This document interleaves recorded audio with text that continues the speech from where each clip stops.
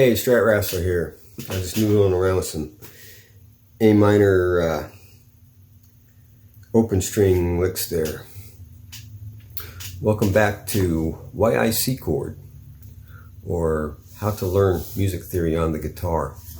Just a little review first. We've gone over the C chord,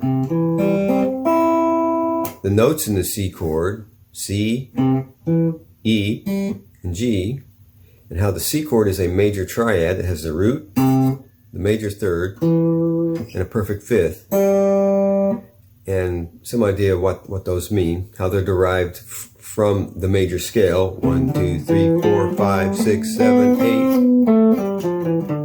1, 2, 3, 4, 5, 6, 7, root, octave, above the root, and where those numbers come from out of the scale. And we also applied it to the G chord, root, third, fifth, G, B, E.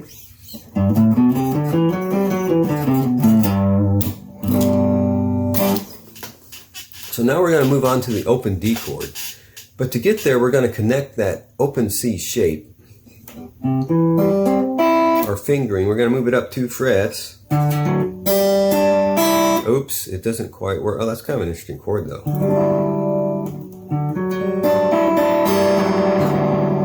Well, I'll have to check that out later. But we're going to bar slightly here across the top 3 strings at our 2nd fret.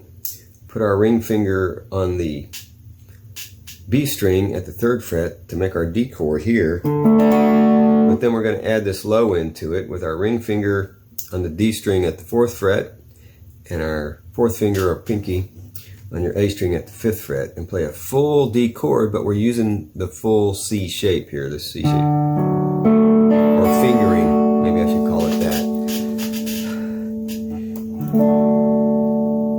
It can be confusing because I will use the terms shape and fingering interchangeably, or pattern, and I will use terms like interval and chord tone interchangeably. Sometimes it's incorrect when I say it, but I'll try to explain what I mean. I'm a little out of tune there, but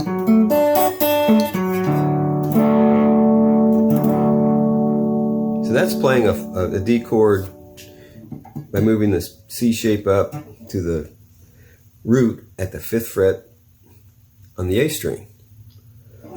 But you'll recognize that it contains this D chord, this open D chord down here. But there's something different about this one. The notes are not in order. With both our C chord, the first 3 notes are root, third, fifth. So they're in the regular order. With our G string, root, third, fifth.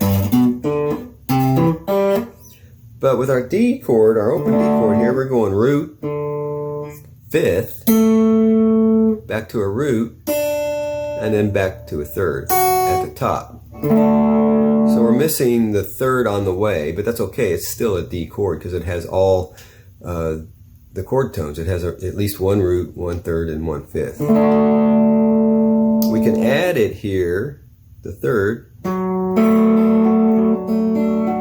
and sort of play an arpeggio.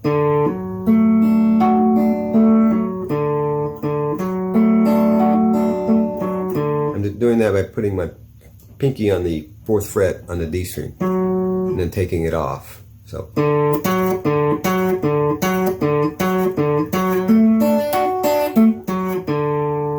So by now maybe you can start to see how connecting these chord tones out of the major triads connect all 6 strings together and connect the fret together, because you can go all the way up to the next octave.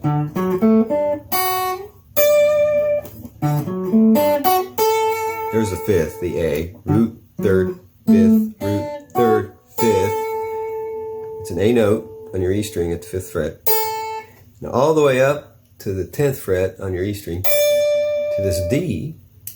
And when you learn the E shape of this major triad, you come down it.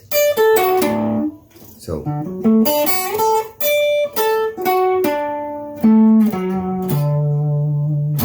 we end up connecting your C shape to your D shape to your E shape to your G shape. Are you confused now?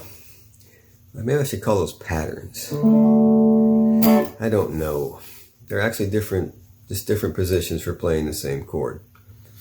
So, as your homework now, try to find different places on the neck where you can play all three of those chords. D chord here, D chord here, D chord here, D chord here. Just 3 notes. Maybe bar it all the way up here at the, what's that, the 17th fret? Root on the A string.